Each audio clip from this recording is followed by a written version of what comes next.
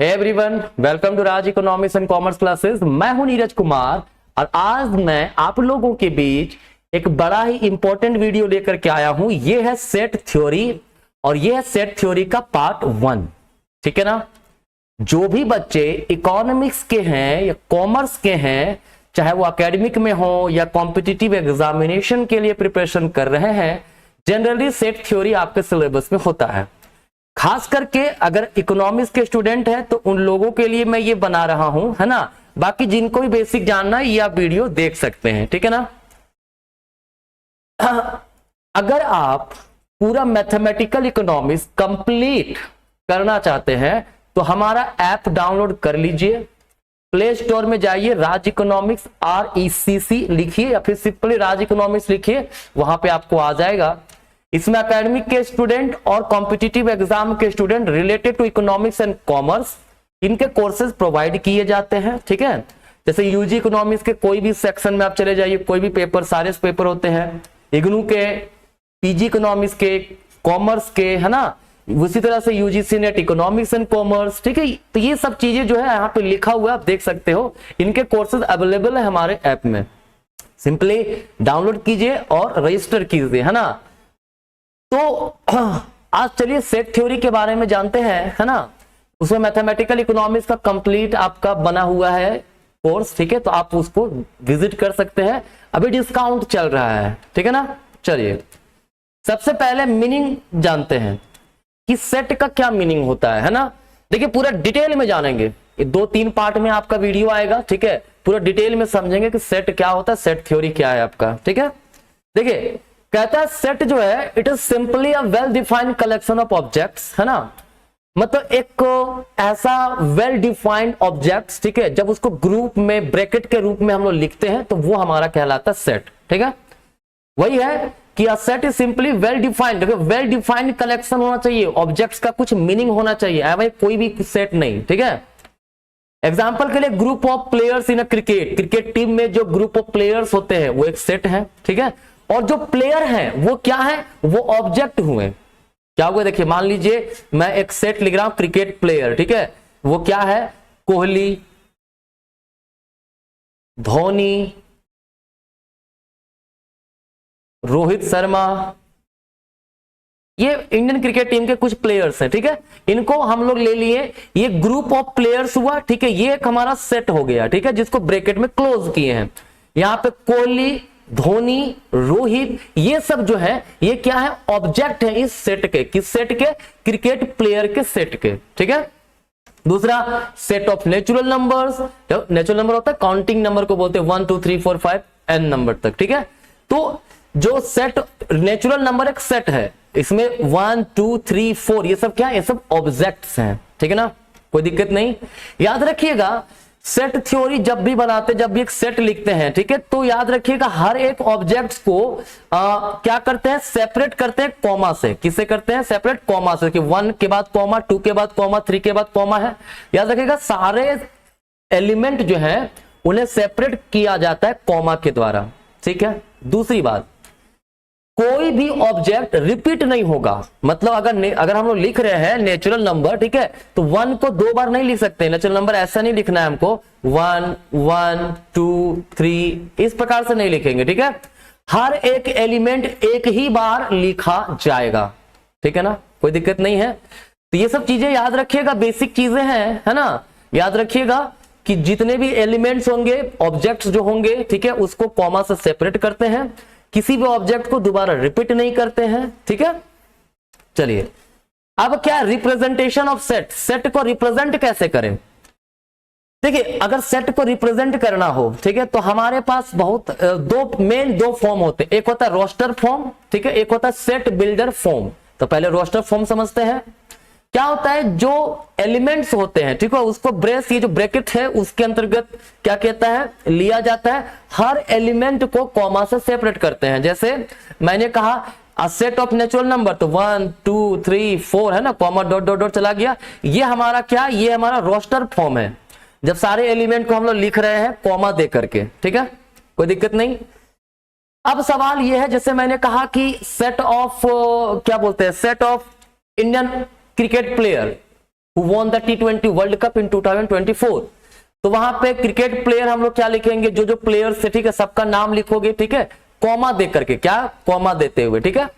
ये roster form हो गया। क्या कौन सा फॉर्म हुआ, रोस्टर फॉर्म। मतलब क्या कर रहा हूं, ब्रैकेट में हर एक ऑब्जेक्ट्स को लिख रहे हैं एंड सेपरेट करते हैं बाय यूजिंग कॉमा, ठीक है। सवाल है भाई तो फिर सेट बिल्डर फॉर्म क्या है। तो सेट बिल्डर फॉर्म क्या होता है ना, जब अगर एलिमेंट्स में कुछ प्रॉपर्टी हो, कुछ एक प्रॉपर्टी हो, है ना, तो उसको अगर हम ब्रैकेट में लिखते हैं तो वो हमारा क्या कहलाएगा, सेट बिल्डर फॉर्म। ये फंक्शन ऑफ एक्स के रूप में, किसी भी रूप में हम इसको लिख सकते हैं। जैसे कहता है a set of all prime numbers less than और इक्वल टू 10, मतलब जितने भी प्राइम नंबर हैं 10 या 10 से कम सबको लिखना है। तो p बराबर यहां स्मॉल p दे दिए, और स्मॉल p का मतलब क्या है, that is small p is a prime number less और इक्वल टू 10, ठीक है। इतना अगर लिख दिए तो ये हो गया सेट बिल्डर फॉर्म। मैं कहा जैसे मैंने बोल रहा हूं कि a एक सेट है, अ सेट ऑफ x, ए जो हमारा सेट है उसमें एलिमेंट है x, ठीक है, दैट इज x क्या है, x belongs to, e epsilon है, इसको कहते हैं बिलोंग्स टू, ठीक है, natural number, right, and n जो है लेस इक्वल टू 500, ठीक है। इसका क्या मतलब हुआ, 500 या 500 से कम जितने भी नेचुरल नंबर है, ये हो गया इसका सेट। तो बड़ा सिंपल फॉर्म में, छोटा ही फॉर्म में लिखा जाता है, सेट बिल्डर फॉर्म का यूज करेंगे तो इसमें प्राइम नंबर, हाँ, इसको रोस्टर फॉर्म में कैसे बदल सकते हैं, ये जो क्वेश्चन है उसको रोस्टर फॉर्म में कैसे बदल सकते हैं। देखिए 10 से कम कौन कौन सा होता है प्राइम नंबर, 2, 3, 5, 7, ठीक है, ये सारे प्राइम नंबर है, 10 या 10 से कम वाले, ठीक है। देखो इसको सारे एलिमेंट को कॉमा से सेपरेट करके मैंने लिख दिया, ये हो गया रोस्टर फॉर्म। ये क्या हो गया, रोस्टर फॉर्म। लेकिन जब उसको प्रॉपर्टी के रूप में, कोई फंक्शन के रूप में हम लोग डायरेक्टली ऐसे लिख देते हैं लैंग्वेज में, ठीक है, तो वो हमारा हो जाता है सेट बिल्डर फॉर्म, ठीक है। कोई दिक्कत नहीं, हमारे यहां तक कोई समस्या नहीं होनी चाहिए। चलिए अब है टाइप्स ऑफ सेट। क्या है, टाइप्स ऑफ सेट। सेट के कितने प्रकार होते हैं भाई, कई प्रकार हैं, देखते हैं करके। एक होता है एम्प्टी सेट। एम्प्टी सेट का मतलब क्या होता है, एक ऐसा सेट जिसमें कोई एलिमेंट ना हो। जैसे दिया हुआ ना एग्जांपल, मतलब एक ब्रैकेट है बट उसमें कुछ नहीं है, इसको हम लोग 5 से डिनोट करते हैं। कैसे डिनोट करते हैं, 5 से, ठीक है। इसका मतलब होता है a set containing no element, कोई एलिमेंट ना हो तो वो कहलाएगा एम्प्टी सेट, ठीक है। आगे है सिंगलटन सेट। क्या है, सिंगलटन सेट। सिंगलटन सेट का मतलब एक ऐसा सेट जिसमें एक सिंगल एलिमेंट रहता हो। जैसे है ना यहाँ सिर्फ एक एलिमेंट है, this is singleton set. Finite set क्या होगा, एक ऐसा सेट जिसमें नंबर ऑफ टर्म जो है वो फाइनाइट हो, लिमिटेड हो। जैसे यहां पे देखिए एग्जांपल है एप्पल, बनाना, ऑरेंज, 3 प्रकार के फ्रूट का नाम है, ये हमारा फाइनाइट सेट हो गया। इनफाइनाइट सेट क्या होता है, एक ऐसा सेट जिसमें अनकाउंटेबल नंबर्स हो। जैसे 1 नेचुरल नंबर 1 2 3 4, इनफाइनाइट तक जा सकता है नंबर वो, ठीक है। इक्विवेलेंट सेट क्या होता है, एक ऐसा सेट, ठीक है, जिसमें सेम नंबर ऑफ एलिमेंट्स हो। एक ऐसा सेट मतलब अगर हमारे पास 2 सेट हैं, ठीक है, और उन दोनों सेट में नंबर ऑफ एलिमेंट इक्वल हो तब वो इक्विवेलेंट सेट कहलाता है। जैसे सेट ए हमारा है 1 2 3 का, सेट बी हमारा है ए बी सी, तो ठीक है, दोनों में 3-3 एलिमेंट है, इसको बोलेंगे इक्विवेलेंट सेट, ठीक है ना, कोई दिक्कत नहीं। अब भाई इक्वल सेट क्या होता है, इक्वल सेट होता है जब 2 सेट हो और दोनों में इक्वल सेम एलिमेंट हो, दोनों में सेम ही एलिमेंट हो। सेट ए में 1 2 है, सेट बी में भी 1 2 है, ठीक है, तो ये हमारा इक्वल सेट कहलाएगा। हाँ, ए में अगर 1 2 है, ए बराबर 1 2 है, ठीक है, अब बी हमारा जो है वो 2 और 1 है, मीनिंग एक ही हुआ, इक्वल सेट ही होगा ये, ठीक है। यहां पे ऑर्डर का आवश्यकता नहीं, आगे हम लोग ऑर्डर पेयर पढ़ेंगे, बट यहां पे इक्वल सेट में क्या है, एलिमेंट सेम होना चाहिए दोनों में, ठीक है। यूनिवर्सल सेट क्या होता है, देखिए यूनिवर्सल सेट का मतलब होता है जब हमारे पास डिफरेंट सेट्स हो, उसका पूरा फैमिली, एक ग्रुप जो होगा वो यूनिवर्सल सेट होगा। जैसे इंडिया एक यूनिवर्सल सेट है, इसके कौन कौन से एलिमेंट है, झारखंड, बिहार, दिल्ली, ये सब स्टेट है ना, ये सब स्टेट का एक पूरा ग्रुप का नाम क्या हुआ, इंडिया। इंडिया हो गया आपका यूनिवर्सल सेट, ठीक है, उसी के अंदर बाकी सारे स्टेट हैं, है ना। वह कहता है set containing all element relevant to specific discussion, मतलब मान लो सेट ए है, सेट ए में कुछ भी दिया हुआ है 1 2, सेट बी है क्या 3 5 9, सी है आपके पास 4 5 6, ठीक है। तो यूनिवर्सल सेट यहां पे क्या होगा 1 2 3 4 5 6 9। देखिए ये तीनों का जो एलिमेंट है सारे एलिमेंट यूनिवर्सल सेट में आ गया ना, ठीक है। तो ये यूनिवर्सल सेट कहलाएगा, ठीक है। अनइक्वल सेट क्या होता है, जब दो सेट हो, sets do not have same the number of same the element, ठीक है, मतलब एलिमेंट सेम ना हो तो उसको अनइक्वल सेट बोलेंगे। सेट ए में 1 2 3 है, सेट बी में ए और बी है, तो दिस इज अनइक्वल सेट, ठीक है। अब सवाल यहां पे एक हमारे पास है पावर सेट। क्या है पावर सेट, क्या होता है भाई पावर सेट।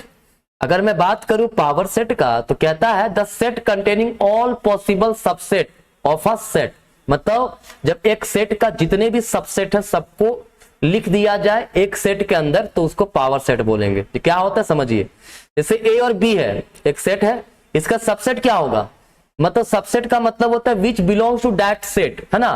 देखो 5 सबका सबसेट होता है, एक हमारा हो गया ए बिलोंग करता है ना इससे, दिस इज सबसेट, तो ए जो है उसका सबसेट हुआ। अगर सिर्फ बी लिखेंगे ये भी उसका सबसेट हुआ, ठीक है। और ए बी मतलब एक सेट खुद का सबसेट भी होता है, ठीक है। तो ये सारे सबसेट को अगर हम एक सेट के अंदर लिख दें, ठीक है, तो वो क्या हो जाएगा, वो हो जाएगा पावर सेट, वो क्या हो जाएगा पावर सेट, ठीक है।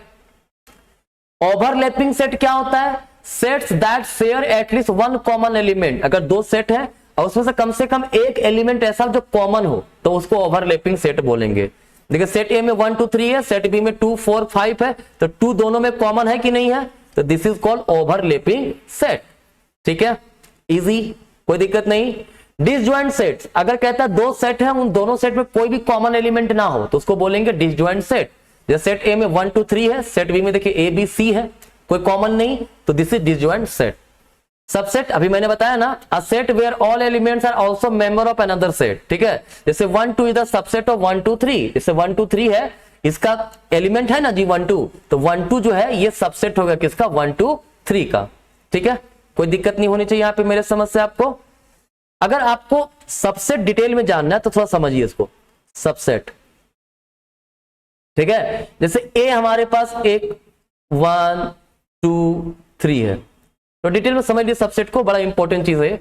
कहता है हम इसके सबसेट कौन कौन से होंगे, ये मेन सेट है, सबसेट कौन कौन सा होगा, ठीक है। तो अगर हम लिखें कि 1 5 मैंने बताया था सबका सबसेट होता है, अभी लिखा 1 सिर्फ, ठीक है। तो 1 बिलोंग करता है ना ए से, ये जो एलिमेंट है ये बिलोंग करता है ए से, ए सेट में बिलोंग करता है, तो ये सबसेट हुआ इसका। 2 है, 2 भी बिलोंग करता है उसमें, ये भी सबसेट हुआ। 3 भी उसमें बिलोंग करता है, ये भी सबसेट हुआ। 1 2 ये भी बिलोंग करता है, ये भी सबसेट हुआ। 2 3 ये भी सबसेट हुआ। 1 3 ये भी सबसेट हुआ। और एक 1 2 3 जो होता है वो तो होता ही होता है, एक सेट अपने आप का सबसेट भी होता है, क्योंकि ये इससे बिलोंग कर रहा है ना जी, ठीक है। नंबर ऑफ सबसेट कितने होंगे ये पता करना है, तो 2 का पावर नंबर ऑफ एलिमेंट कर दीजिए। इसमें नंबर ऑफ एलिमेंट कितना है 3 है ना, 2 का पावर 3 कितना हुआ 8 हुआ। ये नंबर ऑफ ये सबसेट कितना होगा ये बताने का सबसे सिंपल जरिया है। यहां पे याद रखिए 2 का पावर n, n का मतलब क्या हो गया number of element, number of elements, ठीक है। देखिए यहां पे 1 2 3 4 5 6 7 8 हुआ ना, तो इस प्रकार से हम सबसेट निकाल सकते हैं, कोई दिक्कत नहीं। तो ये था मीनिंग और टाइप्स ऑफ सेट। मुझे उम्मीद है यहां तक आपको समझ में आया होगा। कोई दिक्कत होगा आप हमसे कमेंट कर देना, मैं देखूंगा उस चीज को, ठीक है। बाकी और क्लासेस करना है आपको, पूरा मैथमेटिकल इकोनॉमिक्स चाहिए तो भाई जाइए आप डाउनलोड कीजिए प्ले स्टोर से, लिंक मैं डिस्क्रिप्शन में दे रहा हूं, है ना। चलिए धन्यवाद।